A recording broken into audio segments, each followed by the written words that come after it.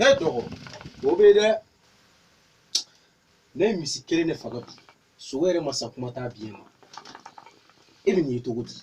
Ah, mais mun ne ko gɛlɛya. Depuis Blaise yere tara, rock sigira, abatta kera furukiya don. Ere bi ni to godi. Jamana ti ka tanya ko ti développer la.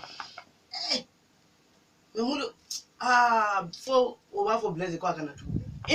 O bi se ka kɛ togo di? Na ji min bɔnɔ ji bi cɛ togo di? E yɛrɛ b'o ye togo di? O kɔni. Ko an bɛna to ka te asura dɔɔni min ka to ka an ni kun na.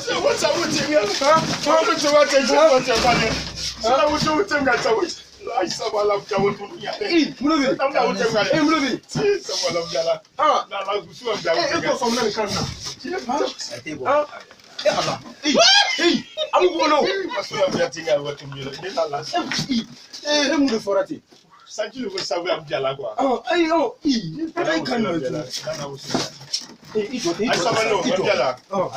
Kala kama kila kaso. Sanji le tiende ka onko. Basi te sa. Amake komi kodo kera jamana na malo ya famu akisi. Jelati na o chano ko mai bless hand be chano mai akisi aya famu a. Beja wulimbe. Mai akisi. Solution do be on. Amna ti do di ma.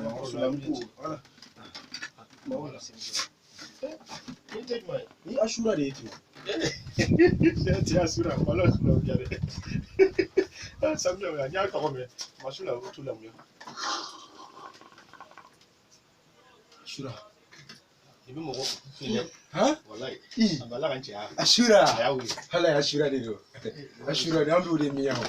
Depuis Blaise tara ki inspiration ti ambi sigen ne mi ga kile ba. Moi c'était yo. Ashura.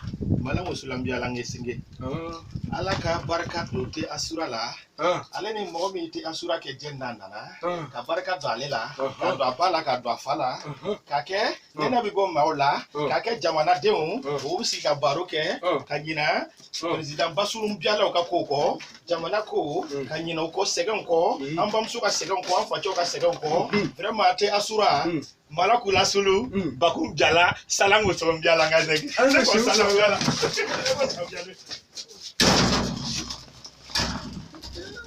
Oje, bado ko be. Obe te ashura